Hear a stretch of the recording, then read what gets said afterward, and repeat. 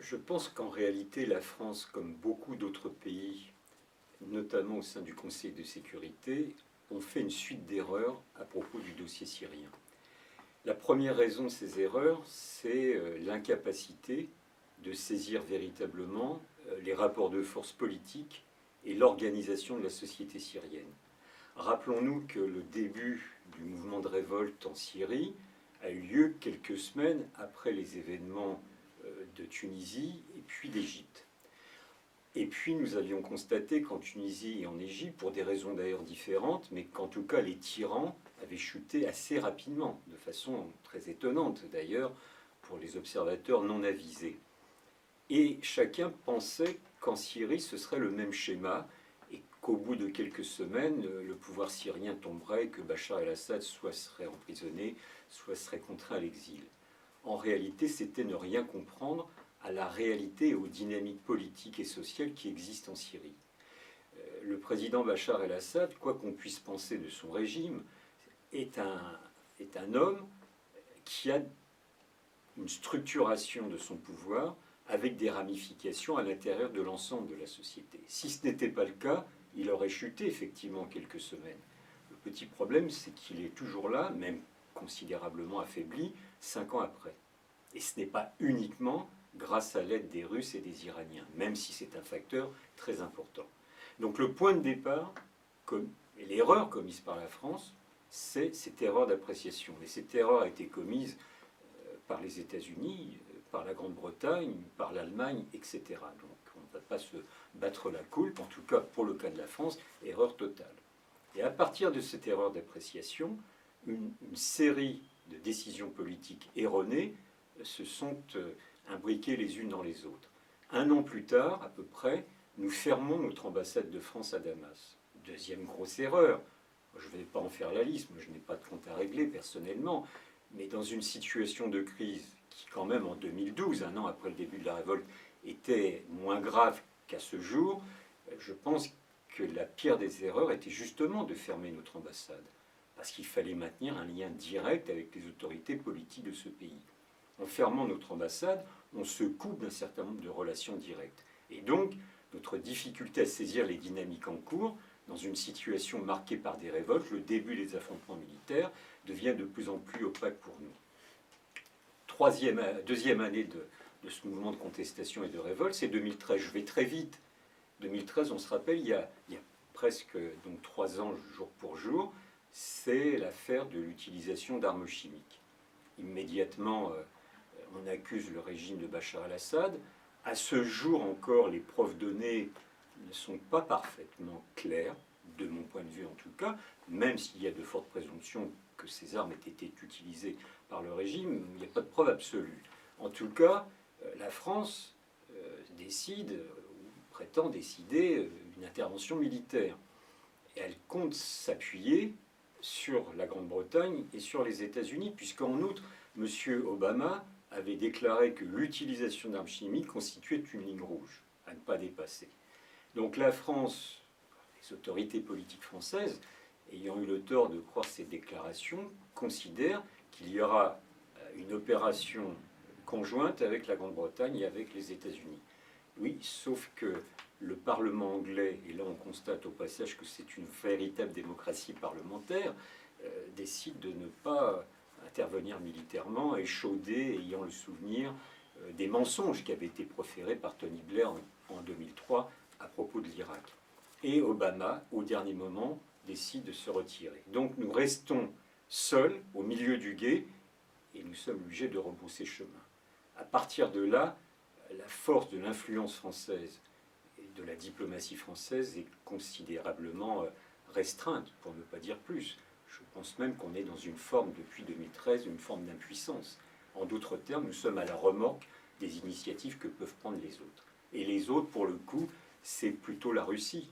Je suis de ceux qui considèrent, depuis 2011, que la clé réelle de la solution politique, car il n'y aura pas de solution militaire, de la solution politique qu'il faut mettre et que nous pouvons mettre en Syrie, ça sera par Moscou. Oui, sauf que nous n'avons pas voulu le comprendre, qu'il y a eu en plus la crise ukrainienne qui a considérablement brouillé les cartes. La France, comme beaucoup d'autres puissances occidentales, a voulu en découdre avec la Russie. Donc sur le terrain syrien, nous n'avons pas voulu, pendant de nombreux mois, même de nombreuses années, discuter directement avec les autorités de Moscou, à tort. Donc cela signifie que non seulement la Russie, avec un véritable cynisme, est revenue dans le champ moyen-oriental, mais qu'à contrario, la France, elle, n'a pas su saisir les occasions, n'a peut-être pas su saisir l'antériorité historique que nous avons incontestablement, mais ça remonte quand même désormais à plusieurs décennies. Et en tout cas, cette mauvaise appréciation initiale, plus la série d'erreurs tactiques qui ont été commises à répétition, nous empêche désormais de peser véritablement sur une hypothétique solution politique que j'appelle de mes voeux. Donc le bilan de la gestion du dossier syrien par les autorités françaises, autant à l'époque de Nicolas Sarkozy qu'à celle de François Hollande, n'est véritablement pas un moyen d'affirmer, de conforter et de renforcer notre présence au Moyen-Orient, car un certain nombre d'interlocuteurs ou d'acteurs du Moyen-Orient ont quand même quelques difficultés à nous prendre au sérieux, vu l'incapacité que nous avons eue à nous disposer correctement dans cette crise syrienne. Je le regrette pour mon pays, mais c'est ainsi. Tout d'abord, sur la tentative de coup d'État, je pense qu'il faut le dénoncer, que peut-être la France et d'autres puissances occidentales n'ont peut-être pas été assez nettes, assez claires dans cette dénonciation d'un véritable coup d'État. Moi, je ne porte pas forcément la politique de Erdogan dans mon cœur. Il n'empêche, pour des raisons de principe, il faut toujours contester, condamner un coup d'État militaire. En l'occurrence, il faut le faire. Évidemment, la situation est depuis lors devenue très compliquée en Turquie, comme toujours, parce que à une réelle tentative de coup d'État, il y a eu quand même près de 300 morts, un parlement bombardé, j'en passe et des meilleurs, il y a eu une sorte de contre-coup d'État civil. C'est-à-dire que M. Erdogan, une nouvelle fois, a montré son extraordinaire capacité de réactivité politique. C'est-à-dire que M. Erdogan a profité de cette situation induite par la tentative de coup d'État pour régler un certain nombre de comptes, notamment contre la communauté de Fethullah Gülen, cet imam qui est en exil aux États-Unis depuis 1999, et qu'immédiatement les autorités politiques turques ont accusé d'être à l'origine du putsch. Ceci étant, c'est une accusation qui perdure un mois et demi plus tard, sans que le moindre élément de preuve tangible nous ait été fourni. Donc ce n'est pas à force de répéter que ce sont les partisans de Fethullah Gülen des terroristes, des putschistes, que ça constitue des preuves. Alors j'entends bien que la justice doit suivre son cours, j'entends bien qu'il y a actuellement un processus d'instruction auprès d'un certain nombre d'officiers supérieurs qui ont été arrêtés. Nous verrons bien que la justice passe et suive son cours. Ceci étant, on comprend bien que M. Erdogan, et passez-moi l'expression, il ratisse large. Que même si des officiers gulenistes sont impliqués dans la tentative de coup d'État, ce qui est probable, cela n'a fait pas pour autant l'ensemble des partisans de Fethullah Gülen des terroristes ou des putschistes en puissance. Et c'est là le problème, c'est qu'aujourd'hui, il y a une véritable chasse aux sorcières contre des fonctionnaires, contre des médias, contre certaines corporations, contre des citoyens lambda qui n'ont finalement probablement rien à se reprocher, mais qui à un moment donné ont eu des affaires avec les réseaux et la communauté de Gülen, ceux ou celles qui se sont retrouvés à un moment donné de leur vie dans les écoles dirigées par Fethullah Gülen, etc. Donc je pense qu'il faut faire attention et que le véritable enjeu, c'est qu'en réalité, M. Erdogan, qui encore une fois a été victime d'un véritable coup d'État, aujourd'hui il fait le ménage et de facto reformate l'État sous forme d'un État AKP, l'AKP étant le nom de son parti politique. Donc là, il y a un danger. Et autant nous devons être solidaires avec les Turcs dans la condamnation du coup d'État, autant on ne peut pas se taire quant à l'ampleur de la répression actuelle, qui, encore une fois, de mon point de vue en tout cas, va loin, va trop loin. Ça, c'est la première chose. Sur la question de l'Union européenne, j'entends bien la douce musique depuis un mois et demi d'un certain nombre de dirigeants européens ou de conseillers européens qui nous explique que décidément la Turquie n'a pas sa place dans l'Union européenne, qu'il faudrait se débarrasser du processus de négociation, voire même certains avaient dit qu'il faut les exclure du Conseil de l'Europe. Je pense que ce serait la pire des erreurs.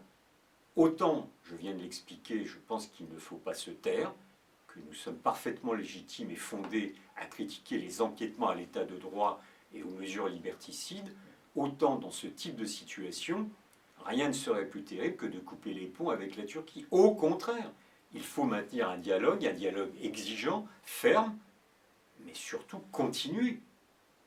Les démocrates turcs, pour leur part, ne cessent de demander la reprise du processus de négociation, une reprise digne de ce nom, car ne nous cachons pas la face, indépendamment de la tentative de coup d'État du 15 juillet, il est évident que ce processus de négociation ou de pourparlers avec l'Union européenne avait quand même beaucoup de plomb dans l'aile depuis maintenant 4 à 5 ans, voire plus.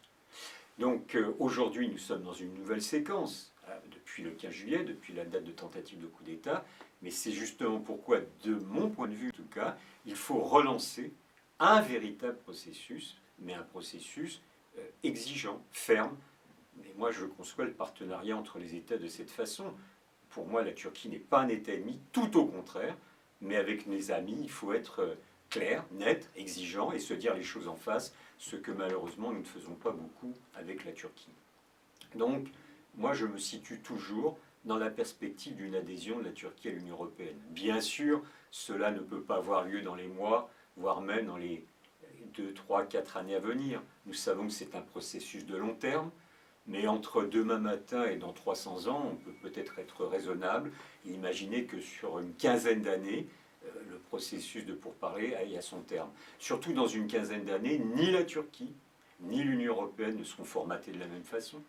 Chacun va évoluer, enfin je le souhaite, parce que si on en reste au niveau actuel, c'est à se taper la tête contre les murs, et donc je pense que les choses vont se décanter peu à peu, mais les choses politiques, les affaires politiques, elles ne se décantent jamais seules. Donc il faut une volonté politique, et donc relancer ce processus. Quant à l'intervention de la Turquie dans le nord de la Syrie le 24 août, pour, je cite, M. Erdogan, nettoyer la région des terroristes, hein, c'est le terme qu'il a utilisé, je pense que c'est une nouvelle séquence, non seulement de la situation syrienne, mais aussi de la politique de la Turquie à l'égard du dossier syrien. Nous savons que la Turquie, depuis 2011, quasiment depuis le début de ce mouvement de révolte et de contestation syrienne, a une sorte d'obsession, c'est de se débarrasser par tous les moyens de Bachar el-Assad.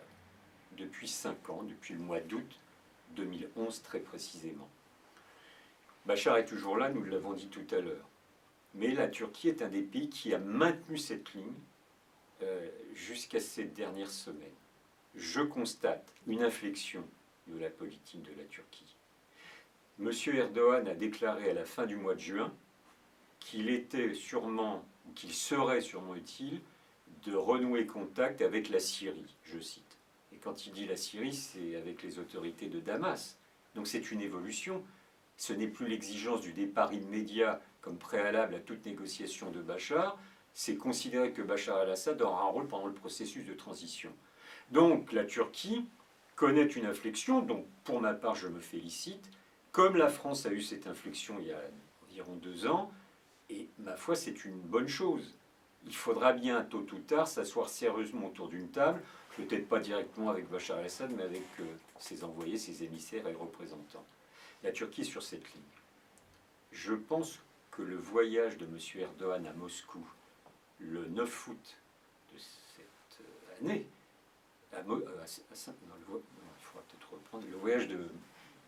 Erdogan à Saint-Pétersbourg le 9 août avait ce sens.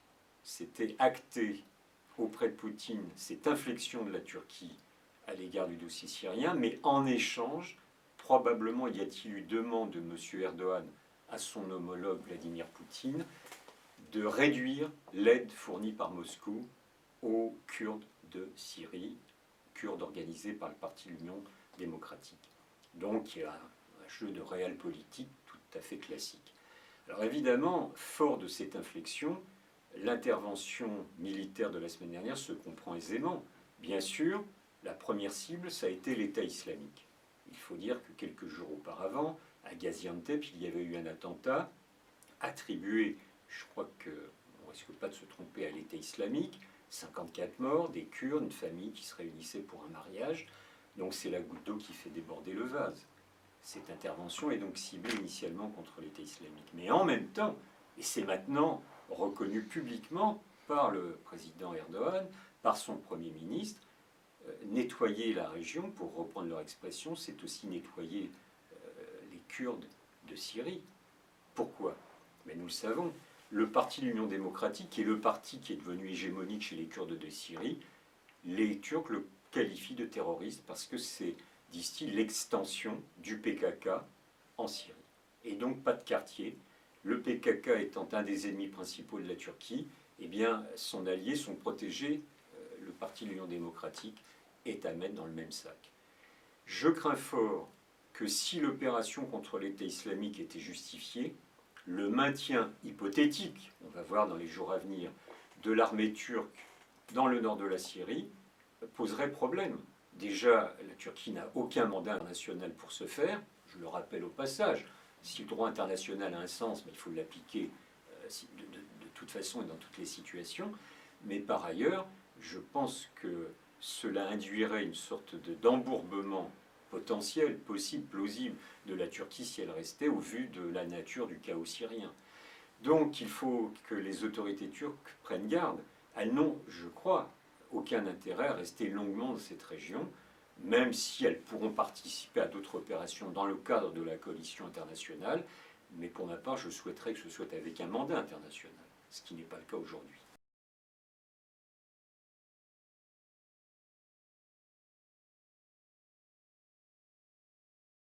La situation sur place, déjà, elle est dramatique.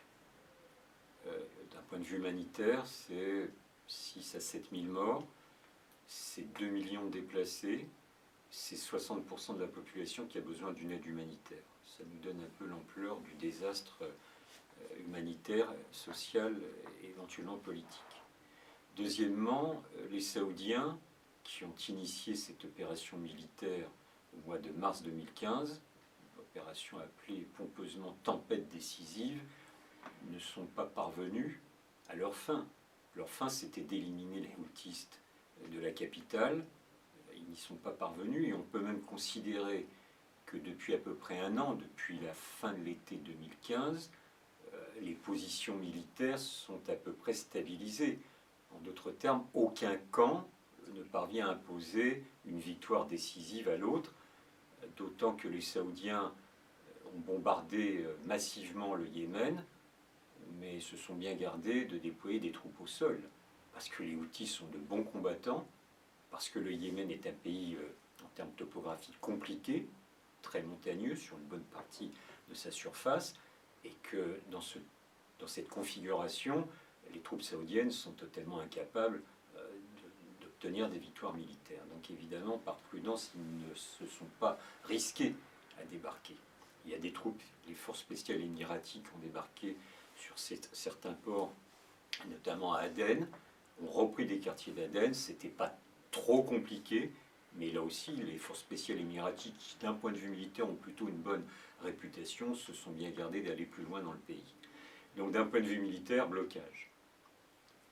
Et puis d'un point de vue politique, eh bien, il y a eu des tentatives de négociation à 3 reprises. Pour l'instant, aucun résultat. Les dernières négociations, tentatives de négociation, ont commencé au mois d'avril, se sont terminées ce mois d'août, au début du mois d'août, le 3 ou le 4, sans aucun résultat. Donc on est dans une situation de blocage. Il semble que les Saoudiens, ou une partie de l'appareil d'État saoudien, les choses sont toujours très compliquées, comprennent qu'ils ne pourront pas remporter de victoire militaire. Ils comprennent aussi que le gouvernement dit légitime du Yémen, qui est réfugié à Riyad, est totalement décrédibilisé auprès d'une partie de la population, puisque complice de ceux qui ont bombardé leur propre pays. Il semble donc que les Saoudiens, je parle là avec prudence, cela ne va pas se faire en un jour, ça va prendre du temps, mais soit en passe d'opérer un changement de pied quant à leur analyse et à leurs décisions politiques concernant le pays, sous la forme de l'acceptation et de l'engagement dans un processus de négociation à venir digne de ce nom, en acceptant que les Houthis puissent faire partie d'un gouvernement inclusif. Pour leur part, les Houthis sont évidemment favorables à une véritable reprise des négociations, mais refusent les propositions qui leur ont été faites depuis quelques mois lors des précédents rounds de négociations ou de contacts, parce qu'on ne leur proposait que des solutions sécuritaires. Eux, ils veulent une solution politique globale. Donc peut-être ce que, pour ma part, je discerne comme inflexion de la part des Saoudiens pourrait donner des résultats positifs, en tout cas c'est souhaitable, dans les semaines ou dans les mois à venir. Ne pensons pas pour autant, même si nous parvenons à un cessez-le-feu, si nous parvenons à la mise en œuvre d'une solution politique et donc d'un gouvernement inclusif, c'est sûrement la formule vers laquelle on pourrait se diriger, ne croyons pas pour autant que le problème du Yémen va se résoudre comme par enchantement. C'est un pays qui est mal connu, malheureusement. C'est un pays qui a, d'un point de vue stratégique, une position extrêmement importante. C'est l'ouverture vers le canal de Suez. C'est juste en face de la Corne de l'Afrique, donc on sait que c'est une région, elle aussi, particulièrement déstabilisée. Donc le Yémen a un rôle géostratégique, géopolitique très important, sans oublier cette longue frontière avec l'Arabie saoudite. Donc évidemment, pour une série de raisons, des forces mènent des combats par procuration, dont les Saoudiens d'ailleurs. Enfin là, pour le coup, c'est pas par procuration, c'est directement. Donc la stabilisation sur le terme du Yémen va prendre du temps. Même si, encore une fois, une solution politique se met en œuvre dans les mois à venir, la stabilisation du Yémen comme État va sûrement prendre des années. Et puis, dernier facteur, l'intervention des Saoudiens, outre les dégâts politiques, humanitaires que j'ai évoqués, a une autre conséquence qu'on oublie, c'est l'extension de Al-Qaïda dans la péninsule arabique. L'AQPA a tenu une des grandes villes côtières du sud du Yémen pendant plusieurs mois, c'est la ville de Mukalla. Donc évidemment, la situation de désordre, de chaos et d'anarchie qui règne dans le pays est favorable aux djihadistes de tous bords. Ça, c'est une des conséquences collatérales de l'intervention saoudienne. Je rappelle pour mémoire que l'AQPA est considérée comme les Américains comme la branche la plus dangereuse d'Al-Qaïda. Et ben, l'intervention de leurs amis saoudiens a permis le renforcement d'un de leurs pires ennemis. Là aussi, paradoxe d'une situation. La France, dans cette histoire, n'a pas eu un grand rôle en réalité. Et je crains fort que notre vision des évolutions du Yémen soit un peu faussée par les très bonnes relations qui ont été nouées par M. Hollande et son gouvernement depuis maintenant plusieurs années avec les Saoudiens. Alors qu'on s'entend bien, moi je suis pour qu'on ait des relations fluidifiées, normalisées avec l'Arabie Saoudite, cela va de soi. Mais en même temps, de là à soutenir et justifier une intervention militaire, je pense que c'était un pas inutile à franchir, et pourtant, de facto, c'est ce qui s'est passé. Je crains fort que les peuples de la région, voire les États de la région, s'en souviennent.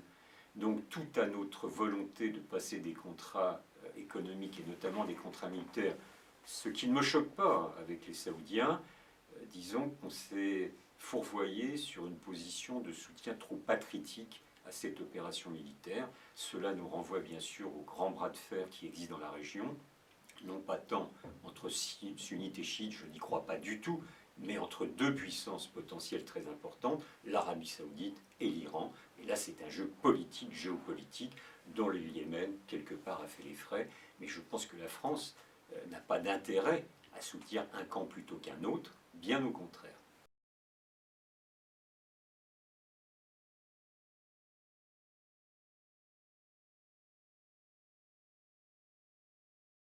Bon, incontestablement, il faut parler d'histoire. Le Liban a une longue histoire avec la France, avec ses zones d'ombre, mais avec beaucoup de zones de lumière. Ça, c'est véritablement la réalité. Et donc, c'est un des seuls pays de la région avec lequel, depuis maintenant des décennies, nous avons eu des relations totalement fluides, de haute qualité. Il est donc tout à fait légitime que M. Ayrault ait réaffirmé le soutien de la France au Liban, qui, comme vous le dites, est dans une situation très difficile. 1 million de réfugiés environ, mais il faut ramener ça à la population libanaise, c'est 4,5 millions. Donc c'est une masse de réfugiés extraordinairement importante.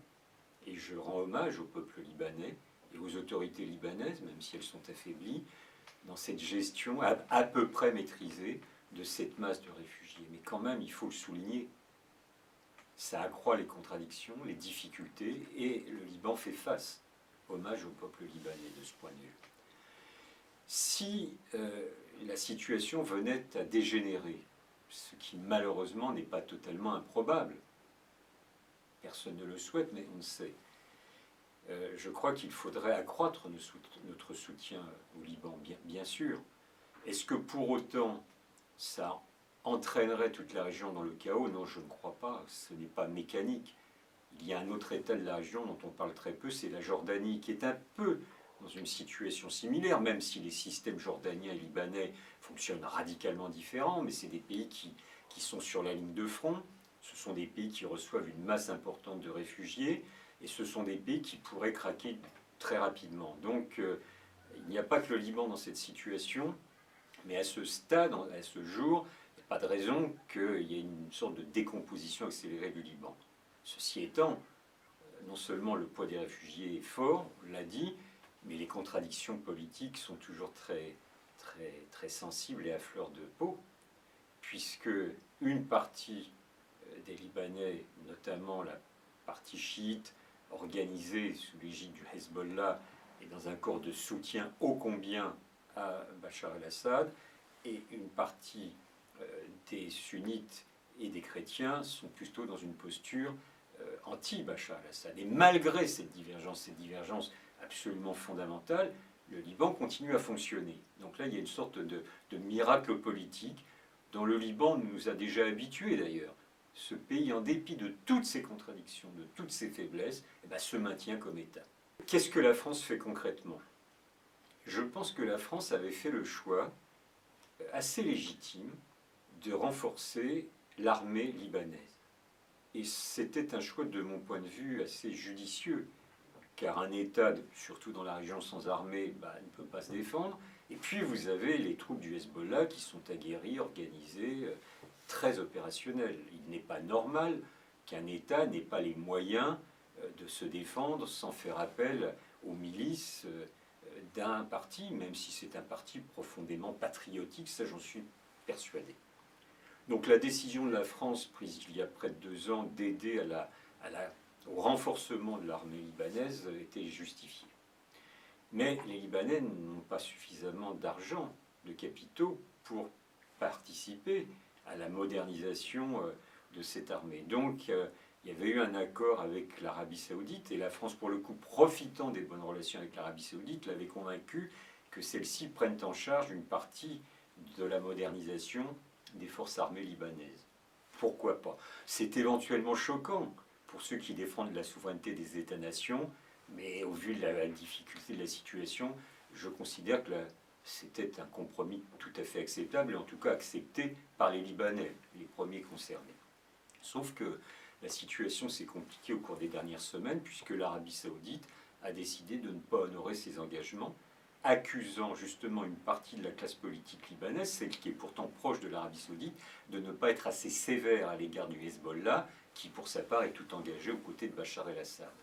La conséquence, c'est que l'aide matérielle, financière, promise par l'Arabie Saoudite n'a pas été honorée, ou très partiellement. Donc, est-ce que la France va continuer à opérer ses livraisons d'armes au Liban si le Liban n'est pas capable de payer, et si l'Arabie Saoudite refuse de le faire? Je ne sais pas vous donner la réponse. Là, je n'ai pas tous les éléments et ça me dépasse un peu, je dois l'avouer. C'est des négociations d'État à État et puis d'industriel à industriel. Est-ce que les industriels français vont faire un effort? J'en doute un petit peu. Donc on est là dans une situation où un choix juste, légitime de la part de la France ne peut pas se concrétiser à cause des pressions et des mesures de rétorsion mises en œuvre et décidées par les Saoudiens. Donc une situation compliquée, mais j'oserais dire une situation sous contrôle.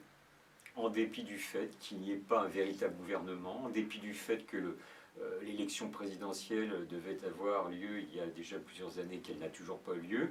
C'est quelque chose d'incroyable vu de France, vu d'un état de droit qui fonctionne, mais c'est ainsi, c'est la complexité du Moyen-Orient. Et pour autant, le Liban continue à fonctionner. Et c'est quand même pas le pays qui fonctionne le plus mal du Moyen-Orient. Donc je pense qu'il faut véritablement continuer ce cours de soutien à l'État et au peuple libanais.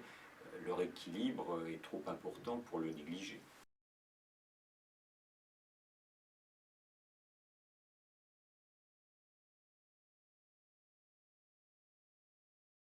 Tout d'abord, il n'y a pas de négociation de paix. Je le regrette, mais il n'y a ni paix ni négociation. Toutefois, pour éviter de faire du mauvais esprit, force est d'admettre que la France, en la personne de Laurent Fabius, puis de Hérault, alors avec des nuances sur lesquelles je reviendrai, a quand même tente de réactiver un processus digne de ce nom. Je m'en félicite.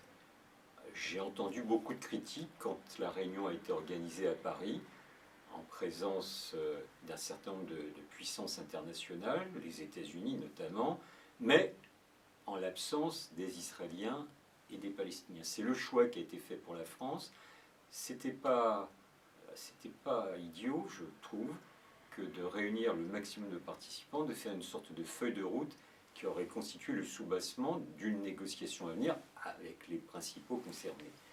Au vu de la situation de blocage, au vu de la détérioration quotidienne des conditions de vie des Palestiniens à cause de cette avancée sans cesse plus importante de la construction des colonies israéliennes, il faut stopper cette situation et tout tenter, même si nos espoirs sont un peu minces, pour relancer les choses. C'est plutôt à l'honneur de la France, pour le coup, d'avoir tenté la chose. Pour l'instant, ça ne donne pas les résultats escomptés, mais il aurait été bien naïf de considérer qu'en quelques semaines, nous aurions pu relancer ce processus avec quelques chances d'aboutir. Donc, il ne faut pas être trop patient, mais enfin, il était bien qu'un pays membre du Conseil de sécurité fasse un effort, prenne cette initiative. Certains ont beaucoup reproché à M. Fabius, parce qu'il avait déclaré que si un accord ne parvenait pas à être mis en œuvre entre Israéliens et Palestiniens, alors la France automatiquement reconnaîtrait l'État palestinien. Son successeur, M. Hérault, est un petit peu plus prudent, ou un petit peu moins courageux. Vous choisirez ce qui vous convient le mieux. Je pense qu'entre-temps, après le départ de M. Fabius, et notre ministre des Affaires étrangères, M. Hérault, s'est rendu à Tel Aviv, et le Premier ministre, M. Valls, s'est rendu aussi à Tel Aviv. Et là, j'ai assisté à quelque chose qui m'a un peu gêné et choqué. C'est que M. Netanyahou, toujours dans la nuance, a dit que l'organisation de négociations de ce type, sans sa présence, équivaudrait à une sorte de diktat. Le mot a été choisi, prononcé par Netanyahou, et que donc il en refuserait les décisions. La messe était dite, si je puis me permettre de m'exprimer ainsi. Et M. Hérault, comme M. Valls, ont baissé un peu la tête. Et donc, nous ne nous donnons pas les moyens, nous qui pourtant avions été à l'initiative d'un processus positif, même si infiniment compliqué à mettre en œuvre, si en se rendant pour la première fois à Tel Aviv en disant « Oh bah non, il n'y aura pas de reconnaissance automatique de l'État palestinien, ne vous inquiétez pas, Israéliens », mais on baisse la garde avant même d'avoir combattu. Je pense que cette situation nous impuissante. Et je crains fort que pour cette raison, l'initiative légitime que nous avons prise ne soit pas suivie d'effet. Je le regrette véritablement. D'autant qu'il y a un autre facteur, il y a une sorte de course de vitesse. Désormais, les États-Unis vont rentrer de plein pied dans leur campagne électorale, ce qui veut dire que d'ici l'investiture du futur ou de la future présidente aux États-Unis, c'est-à-dire au mois de janvier, il n'y aura pas d'initiative qui puisse se concrétiser. Donc il y avait une sorte de fenêtre d'opportunité très, très étroite dans laquelle nous avons essayé de nous engager. Ça, c'était juste et légitime. Malheureusement, il aurait fallu véritablement être plus volontariste encore. Facile à dire, je sais que c'est très compliqué à mettre en œuvre. Et nous ne l'avons pas fait. Et il faut dire que le blocage systématique des autorités israéliennes ne rend pas la tâche facile. Je crois véritablement que les autorités israéliennes, M. Netanyahou en tête, vivent une sorte de sentiment d'impunité. Ils peuvent faire ce qu'ils veulent. Et ils ont instauré une sorte d'asymétrie absolue avec les Palestiniens. M. Netanyahou n'arrête pas de répéter qu'il est pour des négociations avec les Palestiniens, mais ceux-ci ne veulent pas se retrouver en tête à tête, puisqu'il y a une asymétrie totale. Ils ont parfaitement raison. Donc je crains fort que l'occasion qu'on a voulu créer ait été un peu gâchée. En tout cas, je ne crois pas qu'elle puisse donner des résultats tangibles avant la fin du processus électoral aux États-Unis. Mais ça ne nous a pas échappé. Nous serons au mois de janvier prochain. Et après, il y aura la campagne électorale présidentielle française.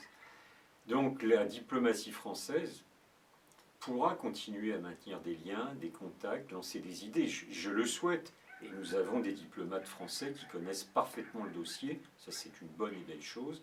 Mais que pour des raisons politiques, liées à la situation en Israël, liées à la situation aux États-Unis, liées à la situation en France dans les mois à venir, je crains fort que nous soyons en train de perdre une année.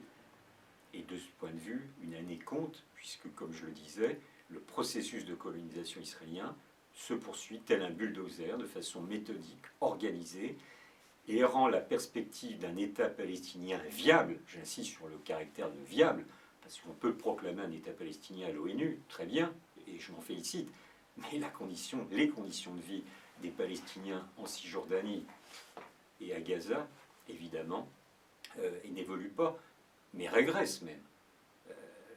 Pour terminer, je voudrais dire simplement un mot sur Gaza. Il y a 2 ans, il y a eu une campagne militaire de bombardement intensif contre Gaza. Plus de la moitié de Gaza City est détruite. On nous a, au mois de septembre 2014, promis monts et merveilles, que beaucoup d'argent allait être débloqué, qu'on allait procéder à la reconstruction des bâtiments civils détruits. Il n'en a rien été. Et donc une partie de la ville de Gaza, la moitié, est toujours sous les décombres. Ça veut dire que la population de Gaza, dont je rappelle que c'est quand même un des endroits au monde les plus densément peuplés, vit dans un état de désespoir quasiment. La distribution d'eau est totalement aléatoire, sauf qu'à Gaza l'été c'est 45 degrés. Évidemment l'électricité ne fonctionne pas de façon régulière, donc pas de climatisation, etc. Voilà la situation. Et la dite communauté internationale, une fois de plus, sur le dossier palestinien, a failli à sa responsabilité.